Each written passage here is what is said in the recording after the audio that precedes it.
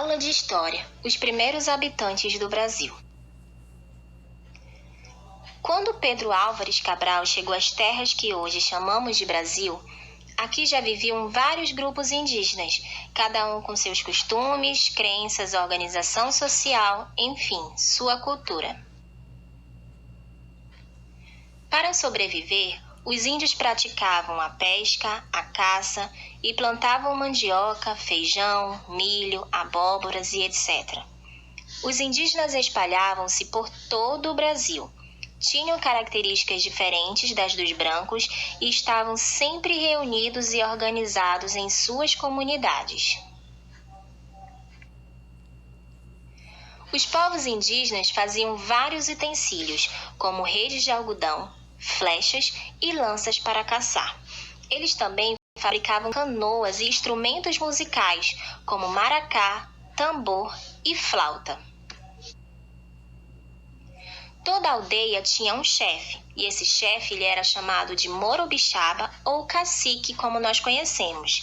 O chefe religioso era o pajé, que exercia grande influência sobre as pessoas da aldeia pelos poderes mágicos que, de acordo com a crença, ele possuía. Então, o pajé era como se fosse um médico, né? O médico da aldeia. Quando os portugueses chegaram ao território que hoje forma o Brasil, havia cerca de 4,5 milhões de indígenas. Ao longo do tempo, grande parte da população indígena foi morta. Observe essa imagem que eu coloquei aqui embaixo, tá bom? Aqui nós temos população indígena antes de 1500. Então, antes de 1500, nós tínhamos aproximadamente 5 milhões de indígenas, tá bom? Olha só, aqui praticamente o território todo brasileiro era composto, né, pelos indígenas. Nessa outra imagem de vermelho, nós temos a população indígena atualmente. Atualmente, nós só temos aproximadamente 900 mil indígenas, ok? Então, olha só, também, tem uma grande diferença, tá bom? Uma grande diferença de 1500 para os tempos atuais. Muitos índios morreram por causa de doenças trazidas pelos portugueses, como a gripe, deixa eu grifar aqui, a gripe, o sarampo e a varíola. Outros tornaram-se escravos dos portugueses e morriam por trabalhar em atividades forçadas. E ainda havia o combate, que era a luta contra os portugueses. A chegada dos portugueses ao Brasil. Em março de 1500, partiu de Portugal, a serviço do rei Dom Manuel, uma grande expedição formada por 13 caravelas e mais de 1.500 homens. Essa expedição foi comandada por Pedro Álvares Cabral e tinha como objetivo chegar até as Índias, contornando o continente africano. Durante a viagem, a esquadra afastou-se da rota estabelecida e no dia 22 de abril avistaram no horizonte um morro ao qual deram o nome de Monte Pascoal, porque era a época de Páscoa. 2 dias depois, escolheram um lugar para ancorar, onde colocaram o nome de Porto Seguro, que hoje é conhecido como Baía de Cabralha e está localizado no atual estado da Bahia. Chamaram de índios os habitantes que ali moravam. Todos os registros da viagem e do descobrimento foram feitos ao rei de Portugal pelo escrivão da esquadra, Pero Vaz de Caminha, que narrou os acontecimentos e fez comentários sobre nossos primeiros habitantes, ou seja, os indígenas. Quando Caminha descreveu os indígenas em sua carta ao rei de Portugal, Dom Manuel, ele registrou as primeiras impressões desse povo. A feição deles é serem pardos, um tanto avermelhados, andam nus, sem cobertura alguma. Ambos traziam o beiço de baixo furado e metido nele um osso verdadeiro. Os cabelos deles são corredios. Segundo Portugal, um país católico, também na Esquadra de Cabral havia um sacerdote, Frei Henrique Soares de Coimbra, nascido na cidade de Coimbra, que celebrou no dia 26 de abril a primeira missa do Brasil, em ação de graças pelo descobrimento. Observa na imagem abaixo, né? Os portugueses eles estão celebrando essa primeira missa, né? E logo assim, e bem ao redor dos portugueses estão os indígenas, né? Curiosos, né? Eles não sabem o que está acontecendo nesse momento, eles só observam. Como os portugueses e os espanhóis eram povos ricos que tinham um grande poder, decidiram dividir o Novo Mundo em duas partes. Os portugueses e os espanhóis firmaram um acordo em 1494 chamado de Tratado de Tordesilhas, tá? Naquela época, o Brasil ainda não era chamado de Brasil, tá bom?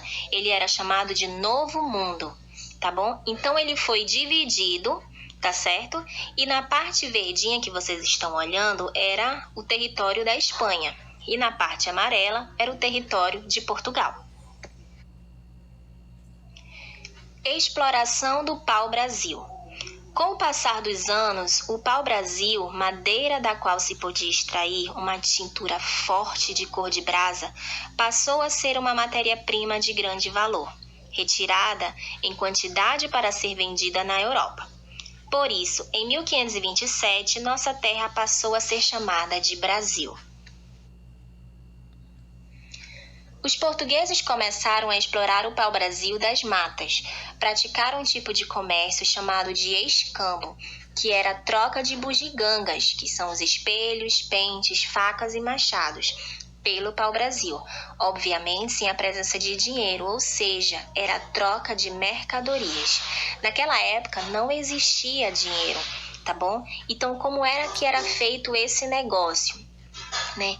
Os indígenas retiravam o pau-brasil e davam para os portugueses em troca dessas bugigangas, né? Em troca de espelhos, pentes, facas, machados e entre outros objetos, porque para os indígenas isso era novidade.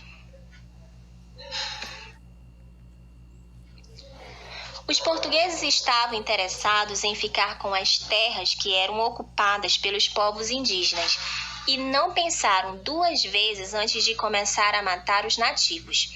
Foi um verdadeiro extermínio, que se deu pelas armas e pelo contágio de doenças trazidas pelos brancos, cuja cura era desconhecida pelos indígenas.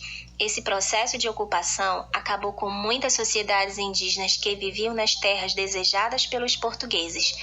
Toda essa violência permaneceu por muitos anos, resultando no pequeno número de indígenas que temos hoje. Período colonial. O período colonial começa em 1530, quando Portugal toma posse do Brasil. Esse período se estende até 1822, quando é proclamada a independência do Brasil. Esse período é caracterizado pelas lutas entre brancos e indígenas e pelo processo de escravização dos africanos que foram trazidos para trabalhar na lavoura da cana-de-açúcar. A valorização da produção açucareira aumentava a procura de escravos, pois, por volta do século XVI, o açúcar era caríssimo na Europa e vendia-se por grama nas farmácias.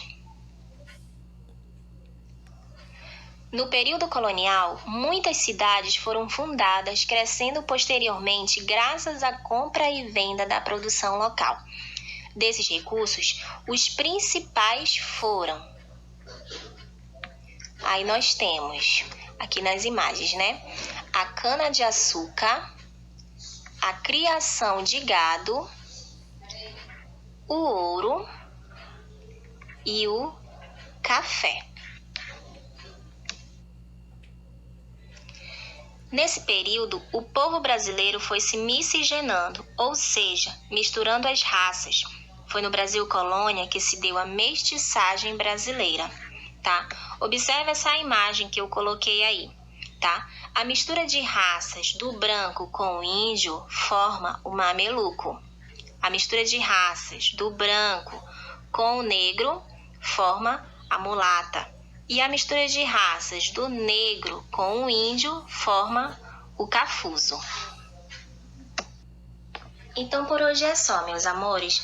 Agora vocês irão fazer uma atividade referente a esse assunto no caderno de vocês, tá ok? E até a próxima aula.